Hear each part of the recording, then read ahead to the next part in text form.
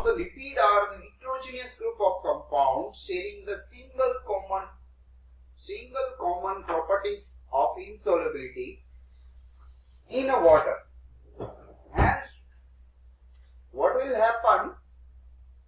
There is no unambiguous and universally accepted systems for that or for their classifications.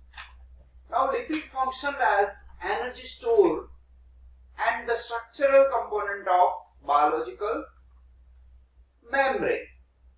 Okay. Now, lipid function as I say, is energy store and amphipathic nature, and it is the fundamental asset of lipid. Water interface and fatty acid are the important component of many lipids. And fatty acids that use energy that does through the beta oxidation pathway. Okay, in previous lecture I already been taught to you. There are isomerism of the structure of fatty acid that influence also a membrane activities or membrane properties too. So you have to understand these. This is the only through which you can understand what is going on. Okay. Now triglycerides. This triglyceride, that is, first I have told about fatty acid. Now the component of these. What is triglycerides? Yes, are the ester of fatty acid with glycerol. They are non-polar, hydrophobic in nature, low reactivity, are suited to their primary role as energy store in the body. Now we will start with this. What are the fatty acid, classification of fatty, lipid classification, and what is the role in various membrane structures. Now phospholipid. First, as you know that these phospholipid are containing ester of fatty acid with the glycerol and sphingosine. They are predominantly membrane lipids. Glycolipids. Glycolipid are carbohydrate containing ester of sphingosine with the fatty acids, amide conjugated lipids. Okay.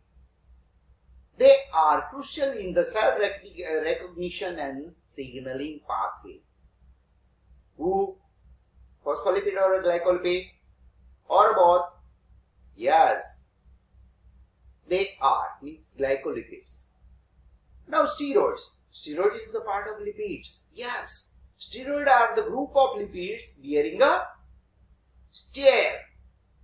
steering ring. Many of them function as a hormone. Lipid assembly from the complex life, as I said, micelles, membrane and liposomes. Function of liposome already been taught to you, or function of the membrane you know, then micelles.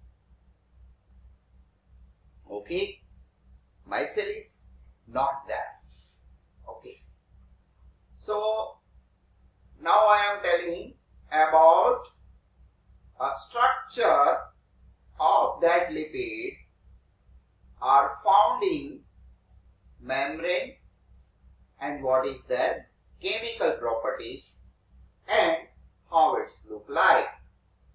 So, most phosphoglycerides are amphipathic with highly polar hydrophilic head.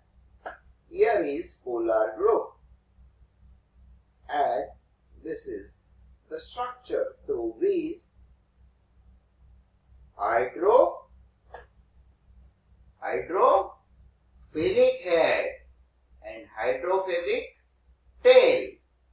Here amphipathic means highly polar hydrophilic head. Okay. This represented by phosphate group of its derivatives on C3. Carbon number 3 and 2 non-polar hydrophobic tails of acyl ester on carbon 1 and carbon 2. The non-polar part of phosphoglycerides molecules tends to non-polar part. Okay, that stands to associated together. Yes, while the polar head interact with the aqueous environment of the body fluid, hence the phospholipid tends to self-oriented at a liquid-water interfaces. Properties of tremendous biological significance in the membrane and other lipid assemblies. Now this structure is telling about what is hydrophilic head and what is hydrophobic tail, and what is their function in the lipid membrane. What are the biological significance and where it is attached. You have to remember. Okay. Now I will show you membrane structures so you can understand very well. This is the structure of cell membrane. Okay. So this membrane structure will show you a different component found in that already been said in same lecture, what is polar and what is non-polar groups. Okay. So this is all about membrane structures. Now this cell membrane have a external membrane surface. Another is polar head groups.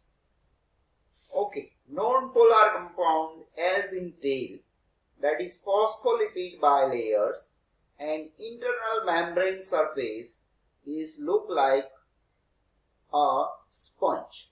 Okay. So you have to remember and draw like this: lipid bilayer which constituent a biological membrane is a form most readily phosphoglyceride and sphingolipids, and all membranes lipids are polar in nature, unlike the storage lipids. The fatty acid chains of phospholipids and the steroid nucleus of the sterols are oriented toward the interior of the lipid bilayer, and the hydrophobic interaction provide the stability. Hydrophobic interaction that will provide stability. However, the individual lipids are not covalently bonded to each other. Okay. The membrane also show considerably flexibility. Fatty acid chain possess freedom of movement which favors disorders. Now fluid say in the interior of the membrane, particularly if the chains are unsaturated or temperature is high, on the other hand, rigid sterol nuclei tends to restrict these freedoms in between these layers. Okay. The properties of the constituent lipids are responsible for both stability and flexibility. Stability and flexibility in the membrane. What is that? Lipid properties. Okay. That is responsible for that. The polar head are oriented toward the aqueous medium of the intra and extracellular fluids. Now I am showing you another membrane structures through which the 3D. Okay. So you can understand very well what is happening there.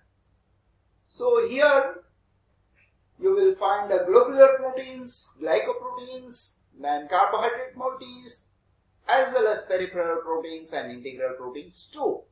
Integral protein in blue, channel proteins that in between the blue, major blue one, and alpha helix protein structures that is here. Okay. Now I will see your distributions or differences in the distribution of lipid creates asymmetry in the membranes. The outer leaflet shows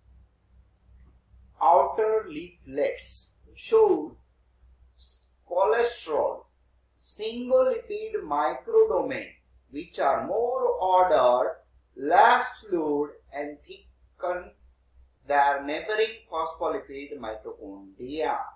or microdomains, or they are described as sphingolipid. Now I am telling you what is raft. They are described as a sphingolipid rafts drifting in more lipid, sea of phospholipids. Now you understand the rafts. Rafts are the lipid anchor of some of integral membrane proteins. Okay. Now the glycosphingolipids with their long saturated fatty acid chain, more transient cluster in the outer leaflets. These associated are compact and more stable, and those of glycophospholipids with their shorter and often unsaturated acyl chain. Okay. Sphingomyelin and phosphatidylcholine are located mainly in the outer leaflet of membranes, while other phosphatidylethylamine and phosphatidylserine and phosphatidylinositol are the main in the inner leaflets. Okay, we will continue with this. Am I right? Okay. The different phosphoglycerides have their unique and varied distribution in the cell, organs, cell organelles and tissues too. Now we will go one by one. What is the functions and where it is found? Generally this phosphatidylcholine, phosphatidyllethylamine, phosphatidylglycerol, inositol phospholipids. These are the example of most of the animal cells. But here I will give you a certain example to how it is useful. But there are sources from the animals, so you have to remember, and certain this membrane system is very important for our brain too. So certain compound is also comes which is useful for our lungs, brains, kidney, and where are the various membrane compounds. Okay, so generally I will give you an example of cardiolipins, means heart and lungs. Okay, respiratory, because the trend is there. Okay, so the phosphatidylcholine, that is also called lecithins. So you have to remember the name. What is lecithin? Phosphatidylcholine is the most abundant membrane system. Our membrane lipid is the major source of choline. Choline for acetylcholine and levyl methyl groups. This dipalmitol lecithin. Lecithin means phosphatidylcholine. Yes, is the major constituent of surfactants in the lungs. Here, its absence causes respiratory distress syndrome, particularly in newborns. This phosphatidylcholine or lecithin is very much important in the our lungs. Okay, and respiratory distress syndrome can also be possible if it is not present. What the compound is called as? Lecithin. Yes, but you have to write dipalmitol phosphatidylcholine. Okay. So another is phosphatidyllethylamine, that is also called as cephalin. You have to remember this cephalin. Phosphatidylserine are also important membrane constituent in most tissues. This phosphatidylglycerol, that is cardiolipin, is required for cytochrome oxidase and for transport in the inner mitochondrial membranes. So diphosphatidylglycerol, that is called as cardiolipin. And inositol phospholipid that interact with the supramolecules proteins, that is a supramolecules protein complex in the cell signal. It is also a source of the phosphatidyl inositols. Okay, that is IP3. IP3 means phosphatidyl inositol 3,4,5 triphosphate, IP3, and diacylglycerol means DAG, which are the second messenger in hormone actions. Sometimes it is asked in the fill in the blanks or multiple choice. So this slide is very much important for that. Okay. We will see further go in